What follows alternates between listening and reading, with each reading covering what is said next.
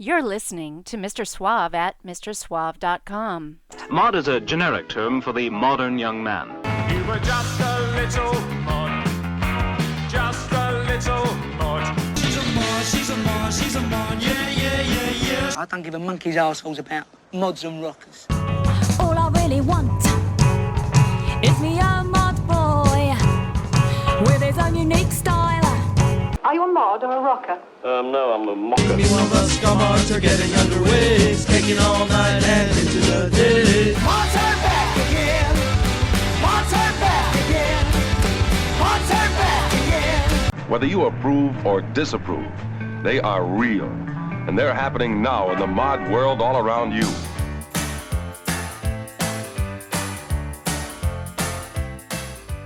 You're listening to Mr. Suave's Mod World at mrsuave.com.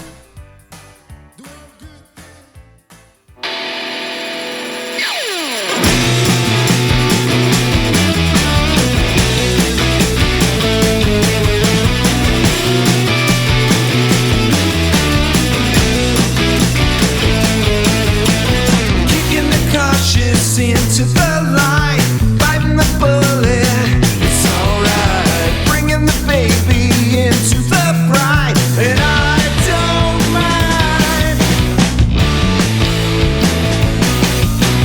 Turning the empty spot to the frame, fueling the darkness with the flame, cheating the devil that hellbound train, and I don't mind. I don't mind. You can have it your way, and it's okay to say what you wanna, do what you wanna, and roll that rock up that hill, and down it goes, sweetest pill. Buckle your bootstraps, lace 'em up tight, chasing a pipe dream, it's alright. Embracing the bullshit and the fight, and I don't mind. I don't mind. Yeah, you can have it your way, and it's okay to say what you wanna, write what you wanna, and roll that rock up that hill, down it goes, the bitter pill. Scream into the vacuum and suck up the crickets. Stroke you, provoke you, when everyone's a critic. Yep.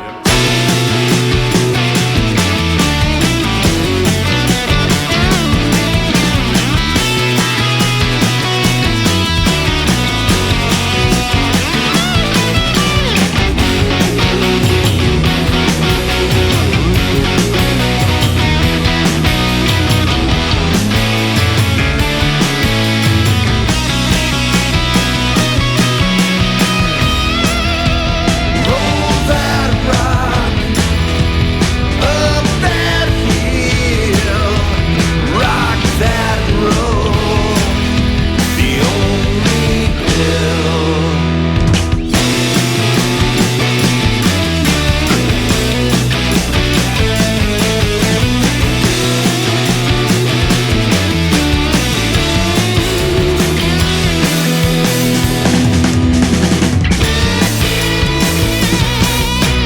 Right?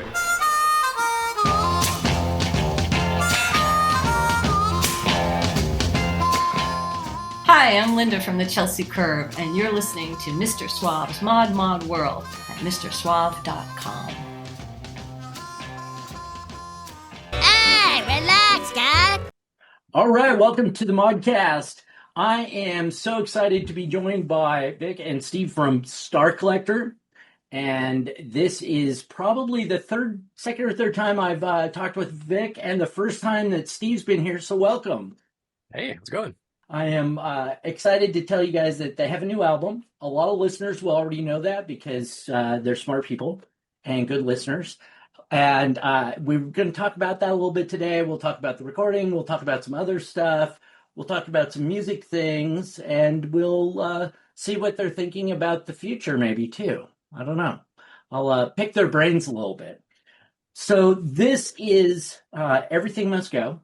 And I have to ask where the title came from because it sounds like an ad in a newspaper somewhere.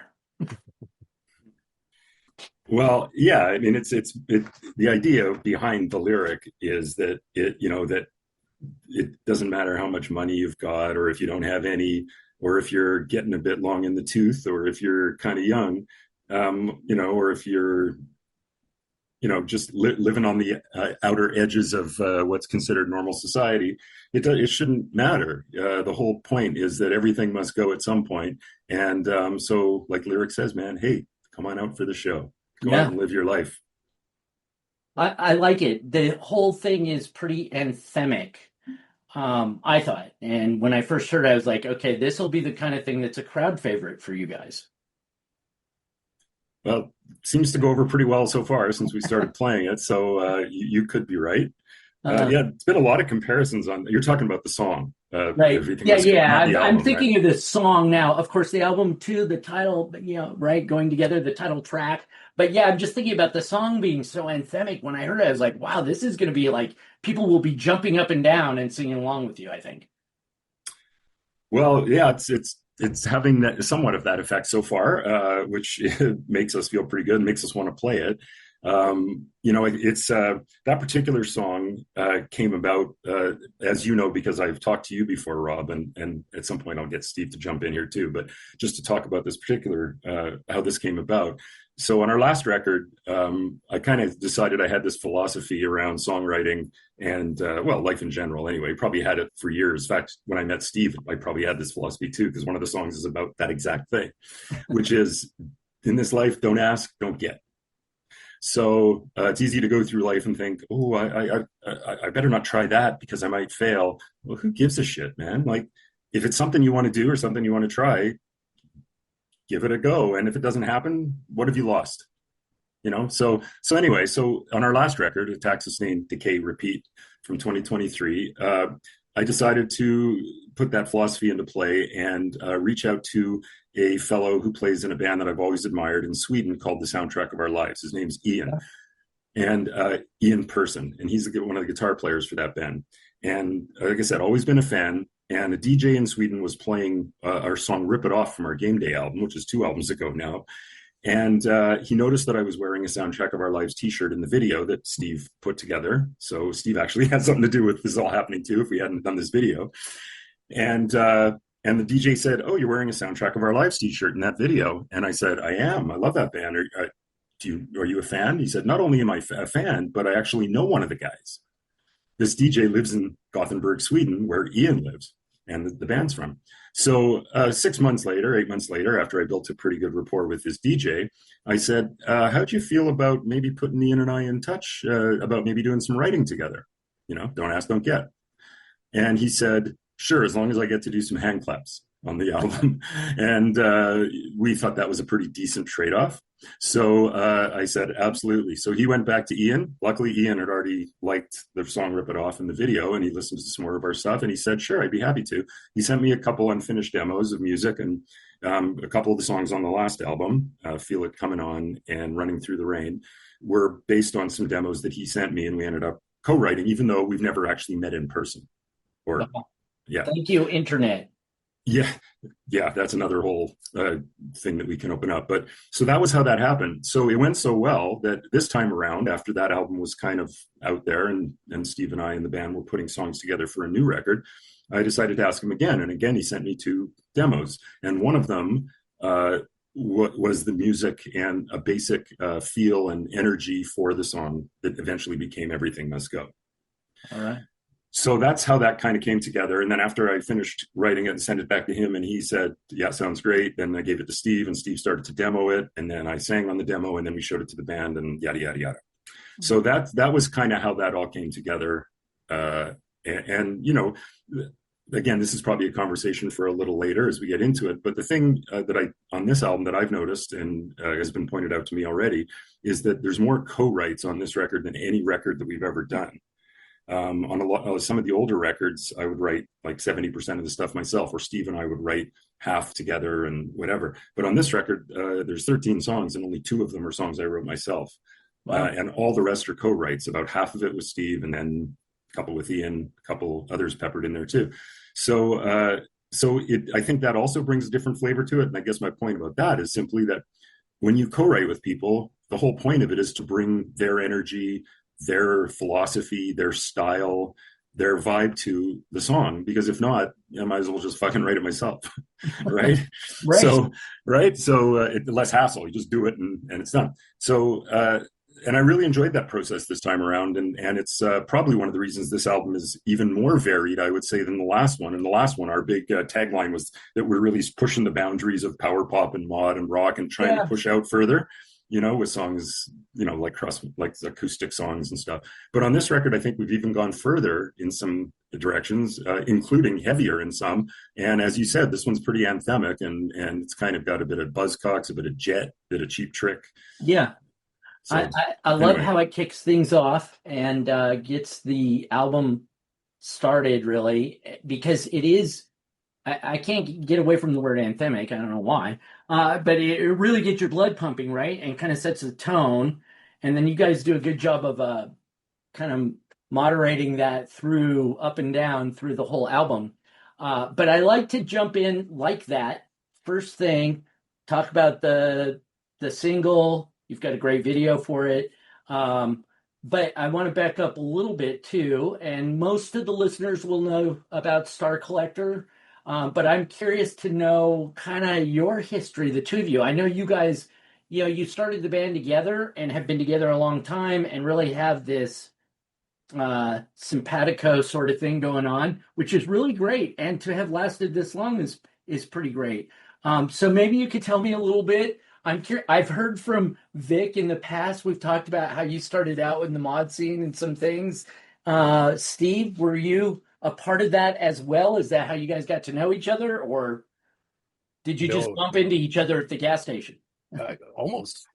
Literally, we actually bumped into each other in a restaurant. What is it now? 30 some years ago. 1988, December of 1988. So wow. 37 years coming up. Yeah, I was fresh from a small town in the Kootenays, just moving out to Vancouver, and looking to start a band. And I didn't know the mod scene at all. I was introduced to the mod scene by Vic. I came from a small town where it was just, whatever was on the 80s video hits is what I was, Van Halen was like the ultimate thing for me. So I've come a long way in this journey. Well, it sounds like you had a foot in the mod scene early on, because you're playing a lot of guitar solos and things. I don't know. I hear them and I think, all of the songs have a little reminiscence of The Who and some 60s and sort of those kind of things. And I'll talk more about a couple of the songs I really like for that reason in a minute. But yeah, I mean, it sounds like you just grew up the same way that Vic did, as part of the mod scene. But where did you grow up in Canada? In a small place near Cranbrook, BC, which is like kind of the southeast corner of British Columbia. So pretty small. Very small. So most of my mod learning and stuff happened once I got to the city, and working with Vic and just studying the Who, and just really listening and trying to take it on because I just loved it so much. So yeah. So you guys got together early on, and you did the first. Were there 3 albums kind of in the early years, and then you took a break and then came back, right? Or were there 4 maybe? I don't know. Yeah, Vic, well, we actually started in different bands first. Oh, yeah. Okay. Yeah. So we started working together. Then I moved away for a brief time. We kind of took some time off. And then Vic started Star Collector while I was away. And then I ended up moving back to Vancouver. And that's when I kind of joined Star Collector. So when was that? Was that 96, 97? Yeah, so the That band was early. Yeah, the band started in '96. I started it with a guy from my first mod band. So my first mod band was me, a guitar player named Dave, and my brother Adam, who also played on a lot of Star Collector stuff and still helps us out to this day, who on bass. And we were like, if you saw pictures of us, you'd have to blink twice to not think we were the Jam. We were the three-piece, like 100%. That was exactly our Kings to us, and still is for me. I still think Paul Weller's stuff is just, his writing is fantastic. But anyway, so that band broke up. I moved to Vancouver. And then so you asked how Steve and I met, and he said in a restaurant. So it's funny, there's a song on the record which is actually about me meeting Steve. And what's really hilarious about it is that when this band was working on the song, both Steve and Tony, our bass player, came up to me and said, "What the hell is that song about? It's called Section 8. Is it about like trying to get out of the army like Klinger and MASH?" Apparently there's some like rental housing thing called a Section 8 in the States. I don't know. Yep. And it's nothing to do with that. I was waiting tables at a family restaurant, and Steve and a bunch of his brother and some friends were sitting in my section.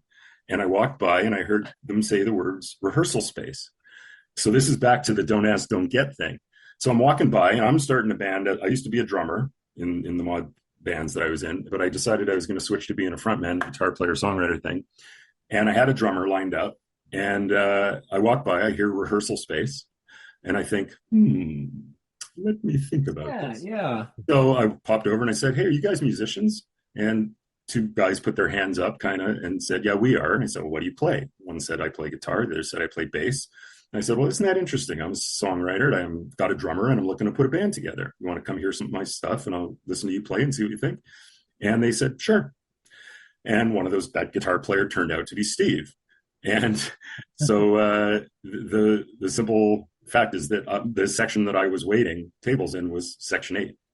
That's where they were sitting. Great. I wondered about the Section 8 because, it is like a low rent assistance thing here in the States when you're on Section 8. And well, that would be our song. Do they have that in Canada as well? Well, our band fund has that. Yeah. and at the time we met, I was definitely you were Section 8. You were Section 8. Well, Steve was still like a teenager then. Like, I think I was 19 when we met. Yeah. So that's, but it's that sort of thing. So that song, even though, we may or may not play it, the idea behind the song is that there's, like how much control do we have over fate and destiny and karma and all those kind of things that we talk about. I don't know, maybe we do have control. Like, had I never said anything, we wouldn't all be sitting here today. Right. At that moment, but we might all be sitting in some other kind of cool reality. Who knows? Or maybe Steve and I would have met anyway. But I just kind of liked that whole idea of that, and that's. But that's how we met. And then, like Steve said, we played in two bands kind of together before this. It was like kind of one band with two different names over 6 years. And then when that band broke up, as Steve said, he took a year and moved away. I started Star Collector with Dave, the guy from the mods. And then after about a year, that didn't really pan out. And Steve came back in and took over from Dave. And that was 1997. And so 97, you guys had, after that, how many albums? Really pretty, not quickly, but I mean, in a few years, you had like 3 albums, right? Four. And then you take the long break, the hiatus or whatever, and then come back. But I love the idea that don't ask, don't get is what this album's about. And it goes all the way back to the very first time that you guys met. Kind of, that's pretty fantastic. There aren't a lot of connectors that are that perfect out there. So that's pretty perfect. I mean, we're celebrating our 30th year as a band next year. Yeah. That's impressive. You actually think about it. It's crazy because Steve and I are both only 32, so I'm not quite sure how that can be. So this is after the hiatus, this is your third album. Everything Must Go is the third one. Game Day, and then Attack, Sustain, Decay, Repeat. Is that right? Correct. Yeah. Yep. I always have to figure it out. I don't know why. Like in my head, I have to go, am I getting it in the right order? Even though I totally understood what the order was and it made it sense. But so now you come with Everything Must Go, and how is it to come back after a long time like that? Because you had a long time off. You have lives, things go on, and then all of a sudden you just reconnect and restart. Yeah, it was kind of almost like an accident. A buddy of ours was putting on a Christmas show, I think, and he's like, "You guys haven't been played together in ages. Why don't you come and play this show?" And we were like, and we hadn't purposely broke up or anything. We were just hadn't done anything. We were just kind of tired and taking some time off. And we are like, "Oh, that might be kind of fun. Why don't we get together and do that?" And that was kind of the catalyst that we were like, "This is fun. We should start doing this again." So. Was that before or after all the COVID lockdown stuff started? That was before. Oh yeah, just before. No, more than that. That was the 2013. Oh, 2013. So it was way before, actually. Yeah. Okay. Yeah, for about 4 years, all we did is just do shows. We just played the songs from the first 4 albums and a couple covers and just had fun. Yeah. Because we really enjoyed playing together again. And one of our old bass players was kind of part of that Christmas thing, so we kept him along. So that, and then in 2017 is when kind of the writing started again. Yeah. And we wrote a bunch of stuff in fairly quick succession, and that became the Game Day record. Took us a little while to kind of get it all together. We also changed drummers during that time because our longtime drummer Ringo, who was with us since the beginning until, 2018, he moved away, had a kid. And so we replaced him with a fellow named Adrian that's still with us now, who was in another band that we had done tons of shows and tours with over the years. In fact, he was in a long time band with the guy Steve just mentioned that actually coaxed us back out to play again. Derek. And Derek actually has played on our last 3 records. He's a keyboard player and he plays in a band called the Bad Beats now. Oh, yeah. And who you're a fan of, that's right. Yeah. So Adrian and Derek played together in this band for like 15 years or more. And Adrian just seemed like the natural guy to fill the drum seat after Ringo left, and it worked out really well. And turns out he was a recording engineer, so that really helped us, especially through COVID. Gotta help, yeah. Yeah. So you had a drummer named Ringo. Yeah. Well, I mean, I'm not quite sure he was. I'm not sure if his birth certificate says that, but. No, his real name is Rene. Oh, but we had been calling him Ringo pretty much from day one, and it really stuck. Like we still call him that. He actually played on our last tour with us because Adrian couldn't do it, and so he just lives in another province. It lives in Alberta, but we stay with him when we tour there with his wife and his great kid. Nice. And then he played some shows with us. So but he's a great guy. I've never been in a band, and I'm not musically inclined other than to listen to it. Why do bands go through so many drummers? I mean, this is just like, it's not just Spinal Tap. It's like everything. I mean, drummers is it that they're hard to find good ones, or is it just a hard job nobody wants to do for very long? I don't know. Well, as you probably know, for us, it's bass players. Yeah, you guys have bass players. I was going to get to that because you could have your own thing about bass players the way some people do about drummers. But yeah, exactly. Yeah, we've only had 2 drummers in 29 years, so that's not bad. You're bucking the trend. Yeah, but we've had 19 bass players. So 19 bass players. Okay. I can present a list. Trust me, that's not stretching the truth. That is the truth. But luckily, for almost 4 years now, we've had Tony, who we just call Tone, in the band, and he's a fantastic player and just a really, really likable, easygoing guy. It's like, so we got lucky, and that's a funny story too. I mean, we're talking funny stories. So when we realized that we needed to have a more full-time bass player, because Adam, my brother, had been sort of playing with us, but he lives in Portland, Oregon, and couldn't fly up to do shows all the time. He would record with us, but once we started playing again, we kind of knew we needed to find someone else. So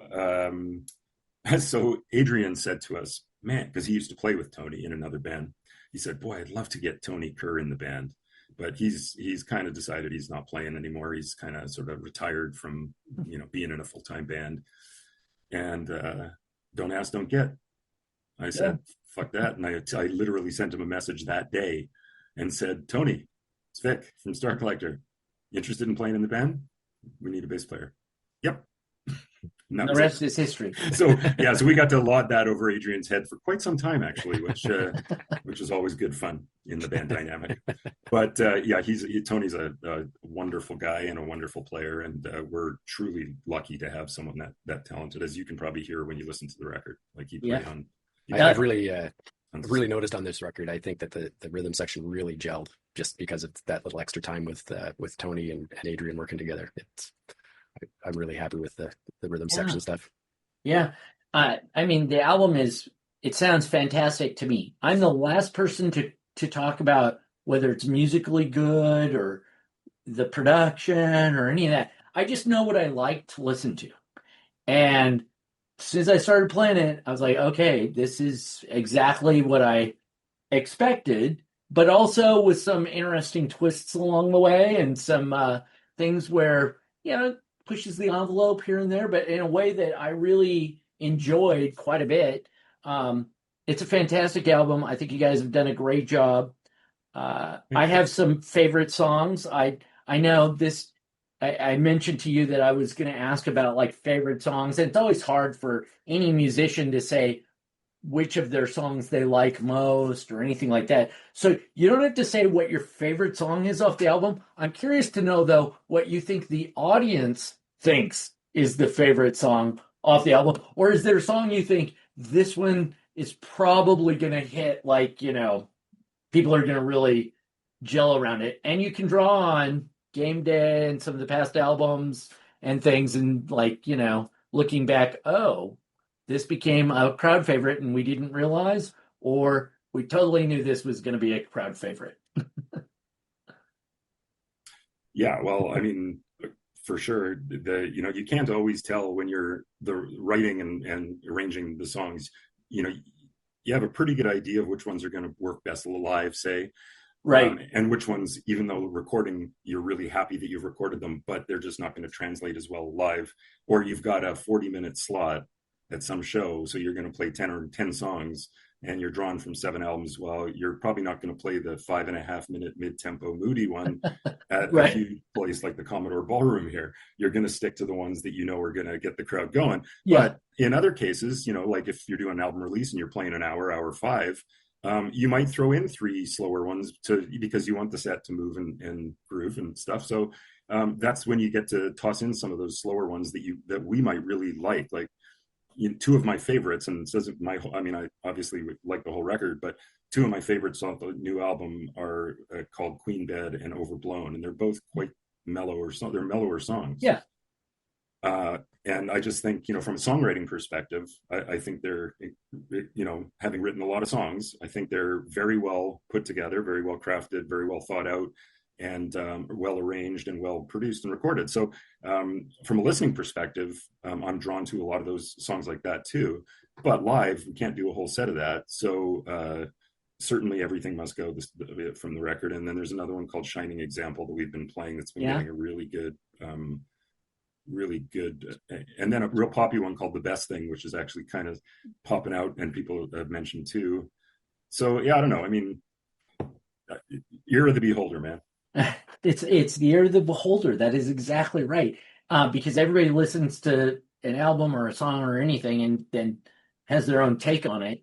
I'm always attracted to, it's my sort of bad punk rock background, the higher energy, up-tempo type, faster songs and things. But then I'm always surprised when I really like the, slower ballads, acoustic, more things. And I go, oh, okay. Maybe I should pay more attention to that at times. Sure. Well, yeah, I mean, there's definitely some pretty rockin'. I think, one of the tags that we used in describing the album is the rock's rockier, the pop's poppier, and the moody's moodier. And I think it's true. Like Everything Must Go and Roll That Rock, are like super high energy rock songs. And then there's the ones I just mentioned, and this one called Your Version of Me, which are like these real moody kind of mellow things. And then there's some straight up the middle stuff too. So, but it's fun for us to actually continue to push those and explore those boundaries because, to be perfectly frank, the other 3 guys in the band are really great musicians, and they can. As are you. No, we know that's a lot of crap of shit, Steve. But they're able to tackle stuff that doesn't have to be 3-chord straight up. Like Everything Right. Must Go is a really simple song chordally, but it really works. So you're not going to not do it because it just works. But there's a song on the album that has a 7/4 time bar that happens every time. I mean, like, what kind of mod influenced rock band is throwing 7/4 time in? None that I know. Yeah. Certainly not Secret Affair and Purple Hearts and stuff. Right. So, but it's just one of those things that, as we continue to play together, this particular group of people, it becomes apparent that we can throw stuff, like Steve and I can write stuff that isn't just straight up mod rock stuff, and we can do that too. But we can also throw other stuff at the guys, and they'll just like chomping on the bit to get at it and to make it something even more, like trying to expand the whole power pop thing. Like, it is kind of our main bread and butter. I've said it before on our last records, and it's our main highway. I think I said to someone the other day, but we make lots of little road stops along the way. Well, I mean, you have to grow too. If you were just going to play jam songs or mod revival songs or 60s songs for umpteen years, that would probably get boring. Yeah, I'd argue that's the secret to our longevity is probably because we keep trying new stuff. Yes. And keep pushing our boundaries. Yeah, you have to expand that, and the influences from those things, I can hear them when I'm listening to it. I go, oh yeah, this is interesting, like these little influences. But then there's things that are like kind of psychedelic and prog rockish almost, and like that really kind of expands my listening horizon, I guess. And I would think that it would be boring if you couldn't do that, obviously. And you have to change and expand as you go along, and it makes it more fun for you guys. 100%. Yeah, it really does. Yeah. That's good. Fun. Here's a different, it just dawned on me. Okay, there are songs that you may like or songs the audience likes. What are songs that are the most fun to play? Are there songs that are more fun than others, and so you gravitate to them, especially maybe in a live setting, I would guess, because that's just a lot of fun. Yeah, and it depends on the fun too. Like a shining example keeps popping up because I know every time we kick into that in rehearsal, we start bouncing up and down. I mean, it just naturally has that feel, so you start doing it, and it's just fun. So yeah, there's definitely, but then there's others that are fun in the technical way. Like they're like, okay, this is a challenge, but it's fun to get it across to the audience and actually hit the right notes. Yeah. There's guitar work in these songs across a number of them that I'm like, wow, it doesn't sound like old school mod bands. You guys are really tight as musicians in your playing, and it shows, and you hear it and you're like, wow, there's a little bit of occasionally getting blown away when you're listening to it. So kudos to you for that. And I would guess that's fun, but maybe challenging when you're having to play it live too. Yeah. Well, I know when we were recording a bunch of the solos and stuff for this album, and I had to go back and relearn what I had played in studio. It was, right? You have to relearn what you did. Yeah, exactly. What was I doing? Yeah. Yeah, because there's a lot of variety in the styles of play too. Like Steve's guitar playing jumps from I would argue something like Stone Temple Pilots type sounding in Heavy on You, which is one of the songs on the record, which is, really in your face with fuzz bass and kind of like this heavy groove, and then this kind of really lots of delay, almost Pink Floydish kind of guitar approach in Your Version of Me, which is a slower song. And then sort of straight up mod, a mod approach in Roll That Rock or even Victory Dance, even though he's playing slide, which wasn't necessarily a big thing in mod music, but that song definitely has a lot of mod about it. I actually wrote that one with Dave, the guy that I mentioned before. And that's, so to be able to go into all these different areas as a guitar player, I suppose even more as a guitar player than the rhythm section, but them too, for sure. But because the guitar player is always changing his sounds, I shouldn't sell Tony short. He has more bass pedal. He has more pedals than we do. That's actually that's true. So I'll take that back.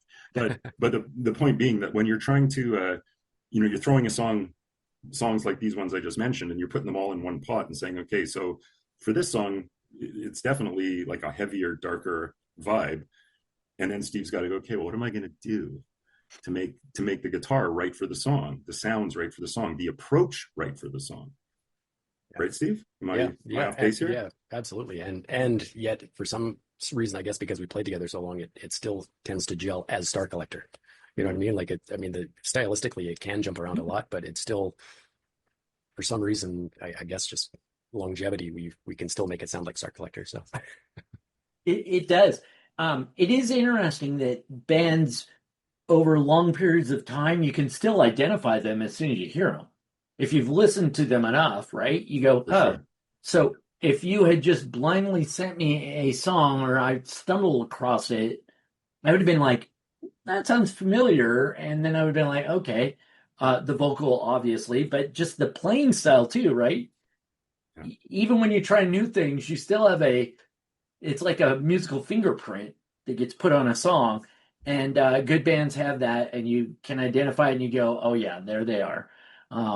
Which is part of why that album works, because if you like that musical fingerprint the first time, you're going to like it the 8th or 10th time too. Well, thank you. So that's really nice of you to say. Yeah, very kind of you. David St. Hubbins thanks you. Oh, that's great. For those of you in Radio Land, you can't see. This is my David St. Hubbins action figure that one of my brothers sent me. It just happens to be sitting here and seemed like the right time to bring it up. See, there's no Janine doll, but yeah. Anyway, but yeah, thank you, Rob. That's really nice of you to say, and I think there is some truth to both what you said and Steve said too, which is that longevity is part of it, and like you said too, like our voices, like Steve and I have been singing together now for so long that our voices have a sound when they sing together. So I think that's probably part of it too. Yeah. When parts go together at work all the time, except when you have to put a little grease on them, but they're still working. And yeah, it shows. So I appreciated that. This is a good point. We'll take a little tiny break and I'm going to play a song and then we'll come back and talk about that briefly, and then we'll talk about some other musical stuff too. So we'll be right back.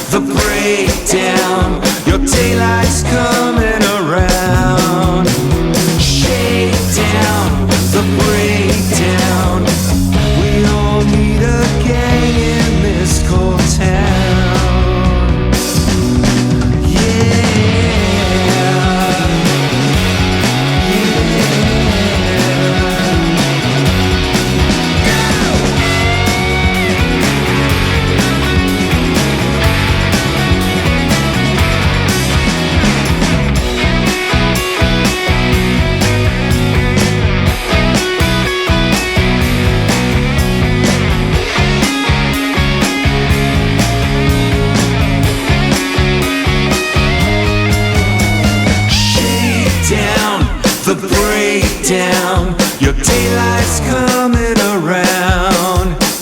Shakedown the breakdown. The hourglass upside down.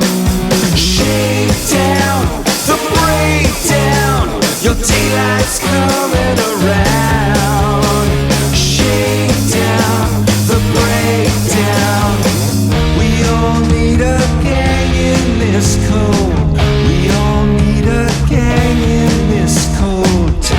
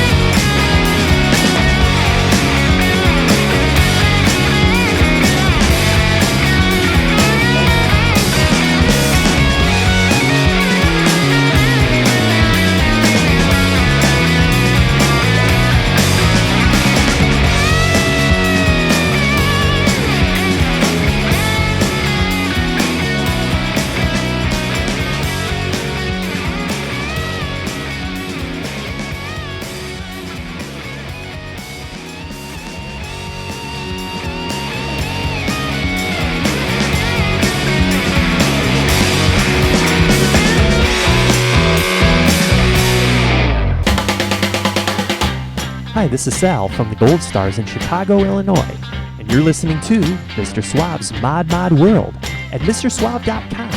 Oh yeah, baby! Okay, we're back with Star Collector, and we just listened to one of my favorite songs, or a few favorite songs, I guess, from the new album, Everything Must Go. And this one, I mean, you won't be surprised by it probably, because I thought it had a really Who-ish like quality, which is Shakedown the Breakdown. Yeah. And I heard this, it came on, and I thought, after a few seconds, well, a little bit of time, I was like, wow, this could have like fallen off the Quadrophenia album soundtrack or something. You know, it sounded like that. It had this guitar quality that was really fantastic. These like ringing power chords and things going on, and I thought, oh, it's like 515 or something from the Who, and I loved it, and I think that if it doesn't become one of the songs that you guys are like known for a little bit, I would be surprised. I mean, it's fantastic, and I can't say enough good things about it, so I'll stop. I actually remember coming up with the riff. We were actually recording, I think, was it Attack Sustain that we were recording? Probably. At Adrian's place, because we were recording at his house, and I started playing that riff, and Vic's like, as he usually does, he goes, "Oh, stop, get that," and I always have to record stuff because I'll forget. So I remember coming up with that riff, yeah, and so, and then I probably brought it home and then made a copy and sent it over to Vic to take it to the next step. So. Yeah, it has a couple of riffs almost. There are a couple of elements going on there along the way, and I was just kind of blown away by it when I heard it, and I've listened to it now repeatedly, maybe more than other songs on the album. Just, I don't know, it hit a nerve in my ear somewhere. Yeah, that's cool. Well, I mean, knowing the kind of music that you like, because we've known each other now for about 4 or 5 years, I guess I'm not that surprised, because there is a lot of Who influence in there. The drumming, it flails a lot, you know, in a good way, and the bass playing certainly has an Entwistlian approach to it, which is, you know, busy but great busy. Yeah. So, and that one, Yeah, actually, that one, you did start that one, Steve. I remember that. And then we actually worked on that together, sitting in my living room quite a bit, because I remember that, like, this one actually has like a key change near the end, and then we bring it back to the regular key. And, we did a few things on that we might not do in some of the other songs. Like, we actually probably spent more time on that than some of the others, but it felt, it always, when it comes to writing, it's like, if it feels like it needs a little more time, then you think it's worth it, you put the time in. So that's really cool. I'm glad you like that one. Like, we like all the songs on the record, or they wouldn't be on the record. Of course, that's the bottom line. Like, if we didn't like it, we would just put something else on. We actually recorded another song that we felt horrible about leaving off because we really like it. Oh, wow! We decided we weren't going to do 14. In fact, we almost only did 12. We were the very last minute decided to keep 13, but I'm glad you like it. It's a lot of fun to play too. Like, when we rock it out, it has a great feeling when those drums come in with the. Yeah, the drums are. It must be fun for the drummer. Yeah, and it hits my musical spot. Like I said, a lot of the songs do. There's some really. I don't want to overly say, oh, that's a really great song, but there's a lot of great songs on the album that I enjoyed so much. We won't stop you from saying that. You mentioned Shining Example. That's good. What's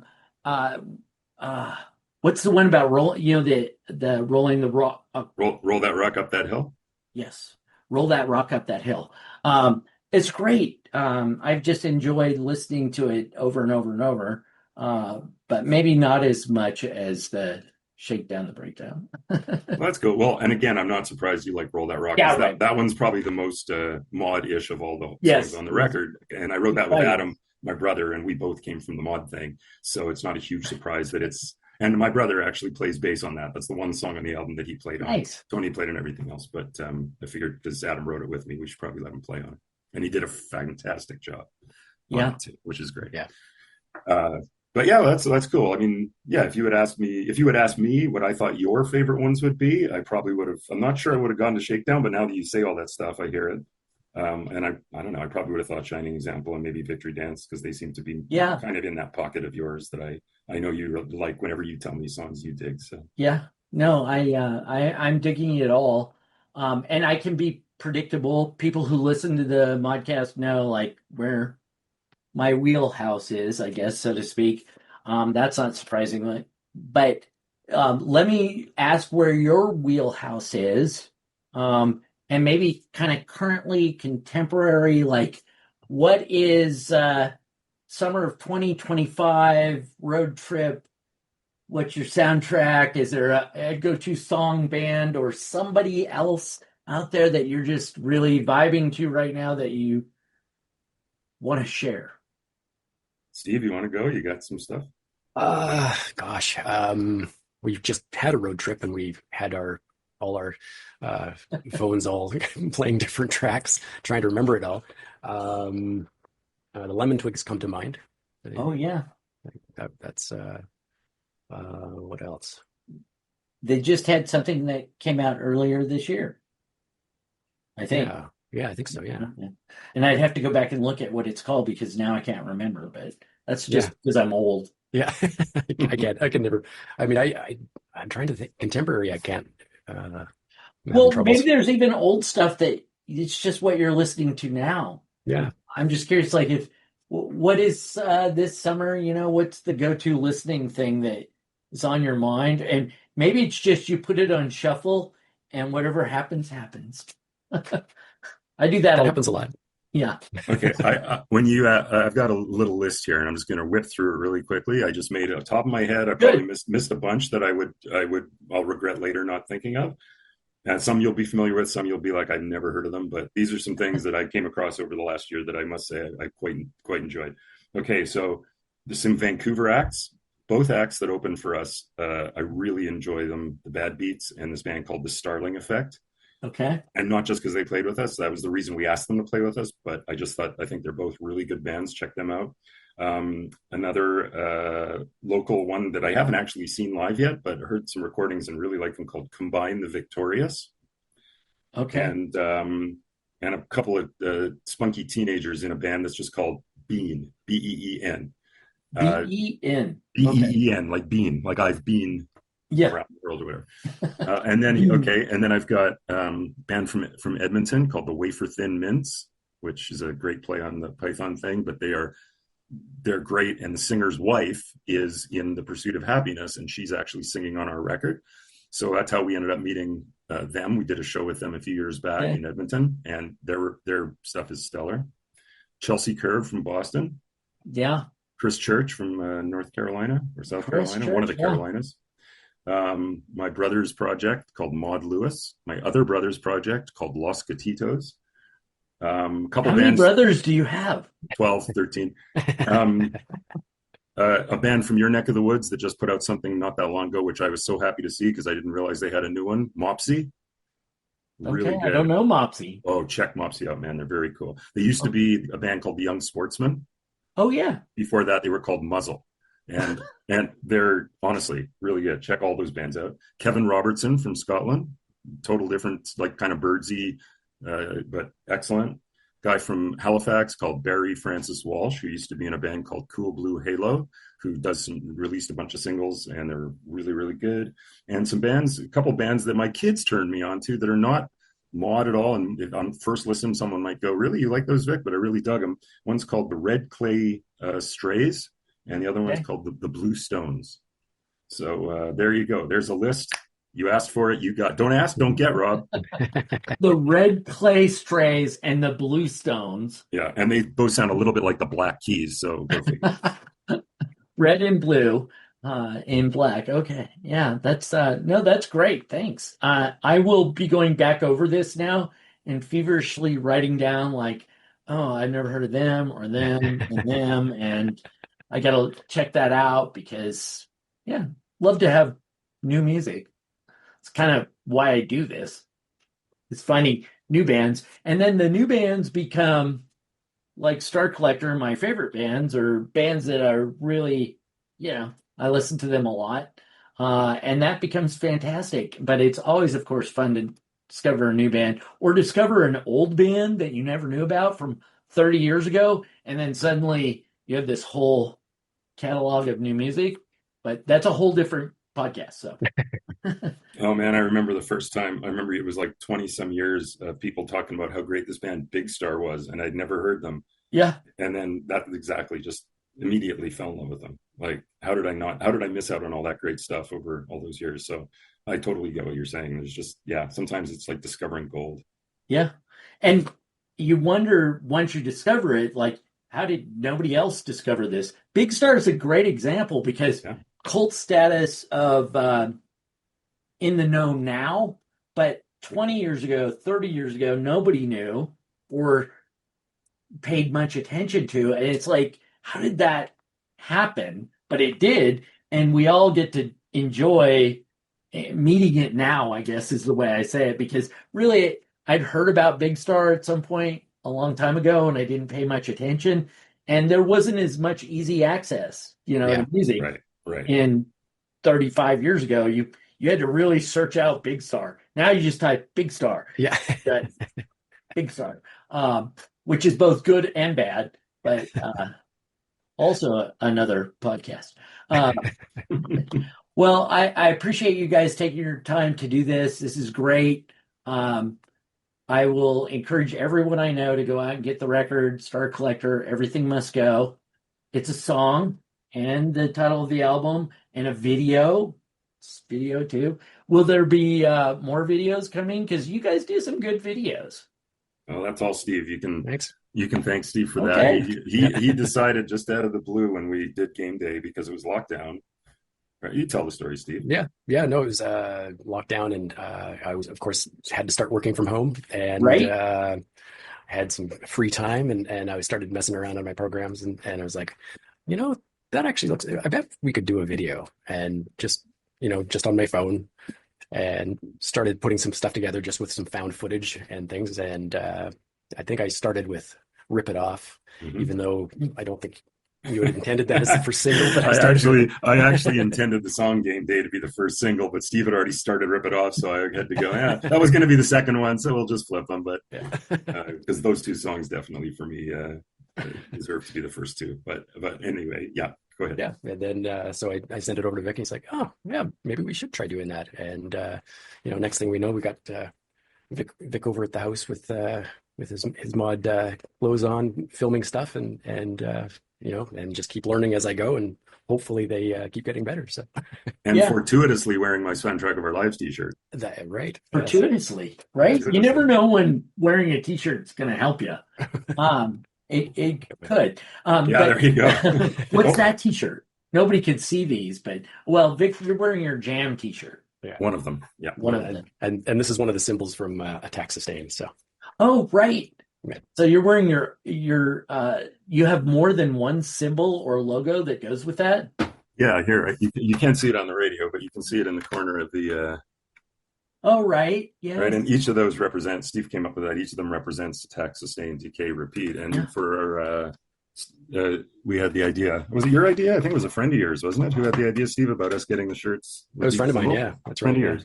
Yeah. So we, Steve got some shirts made up with all the different symbols. So each of us has a different one. And nice. We wear them. We did wear them for a number of shows, but now that the new album's out, they're kind of. Right.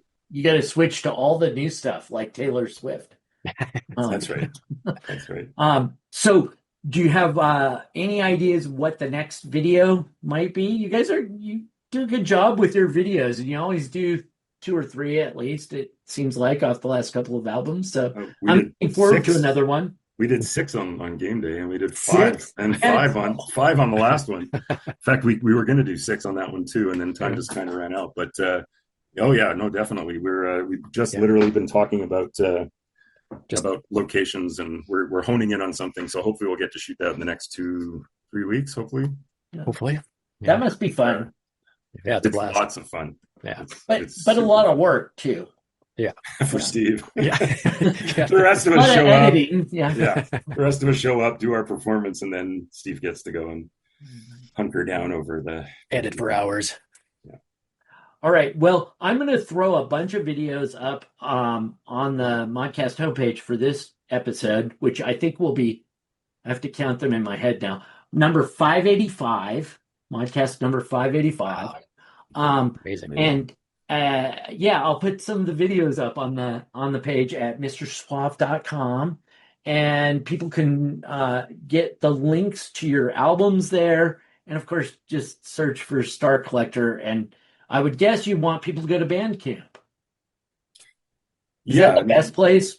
Yeah, you can get the digital version or CDs there. There's also a couple online distributors called Cool Cat Music and Jam Records. Cool Cat. Which are based in the States. So sometimes the mailing's cheaper if you do it there.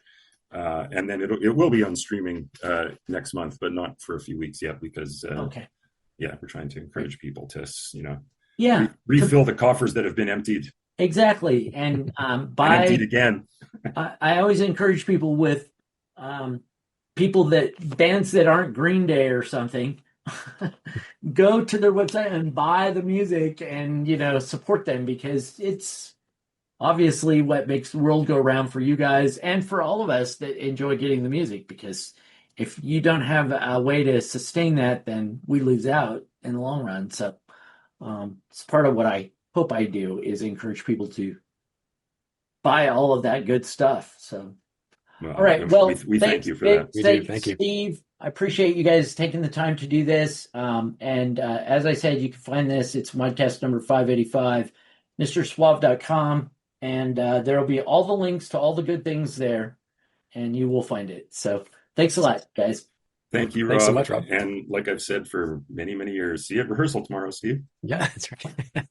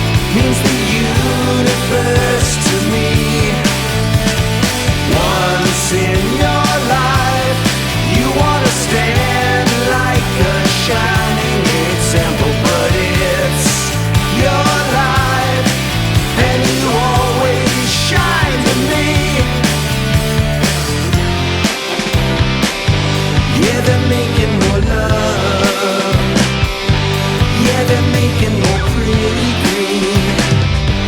Yeah, they're shaking the rust off impatience, but so what?